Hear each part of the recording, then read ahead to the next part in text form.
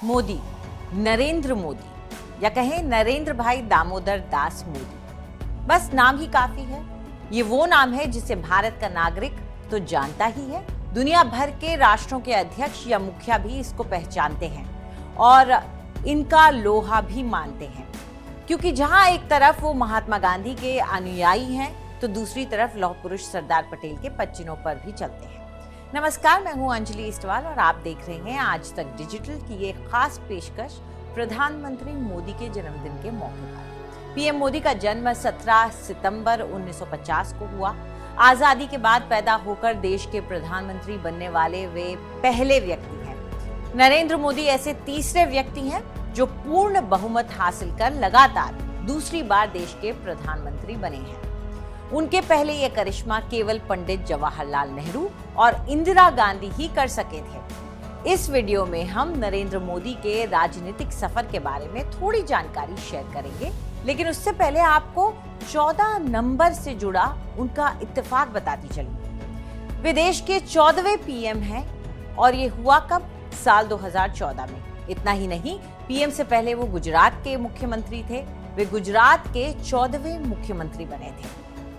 Political career से पहले थोड़ी सी जानकारी उनके बचपन और यंग डेज के बारे में भी शेयर करते हैं। नरेंद्र मोदी का जन्म गुजरात के वडनगर में हुआ। दामोदर दास मूलचंद मोदी उनके पिता थे और हीराबेन उनकी मां हैं। वे उनके 6 बच्चों में से तीसरे हैं। उन्होंने वडनगर में भगवताचार्य नारायणाचार्य स्कूल में पढ़ाई की। बचपन से ही उनका संघ की तरफ झुकाव था और गुजरात में आरएसएस का मजबूत आधार भी था। 1958 में दीपावली के दिन 8 साल की उम्र में ही नरेंद्र मोदी आरएसएस से जुड़ गए। उन्होंने बाल स्वयं सेवक के रूप में शपथ ली थी। 1967 में 17 साल के नरेंद्र मोदी अहमदाबाद चले गए और उसी साल उन्होंने राष्ट्रीय स्वयं सेवक की सदस्यता ली। इसके बाद 1974 में वे नवनिर्माण आंदोलन में शामिल हुए। इस तरह सक्रिय राजनीति में आने से पहले नरेंद्र मोदी कई वर्षों तक आरएसएस के प्रचारक रहे। 1983 में नरेंद्र मोदी ने गुजरात यूनिवर्सिटी से पॉलिटिकल साइंस में पोस्ट ग्रेजुएशन किया। लीजिए लगे हाथ अब उनके पॉलिटिकल करियर की भी बात कर ली जाए। 1980 के दशक में मोदी गुजरात की भाजपा इकाई में शामिल हो गए और माना गया कि पार्टी को संघ के प्रभाव का सीधा फायदा होगा।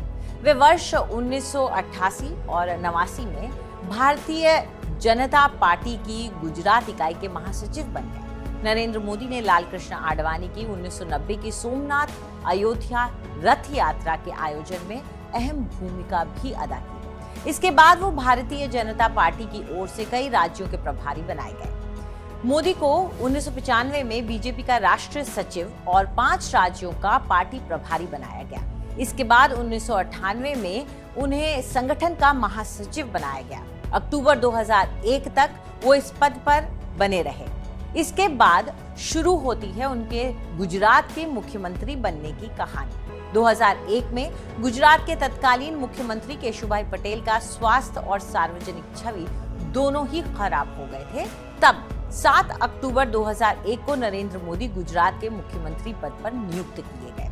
गुजरात के मुख्यमंत्री के रूप में उनकी नीतियों को आर्थिक विकास को प्रोत्साहित करने का श्रेय दिया गया। उनके कामों की वजह से गुजरात की जनता ने उन्हें 2001 से 2014 तक लगातार गुजरात का मुख्यमंत्री बनाए रखा। देश का पीएम बनने के लिए उन्हें सीएम का पद छोड़ना पड़ा, लेकिन आप सोचिए कि एक राज्य के मुख्यमंत्री के तौर पर उनका करीब 13 साल का सफल करियर रहा और अब उन्हें 8 साल से ज्यादा हो गए हैं पीएम बने हुए। पीएम मोदी लगातार देश और दुनिया के प्रभावशाली नेताओं में शुमार रहे।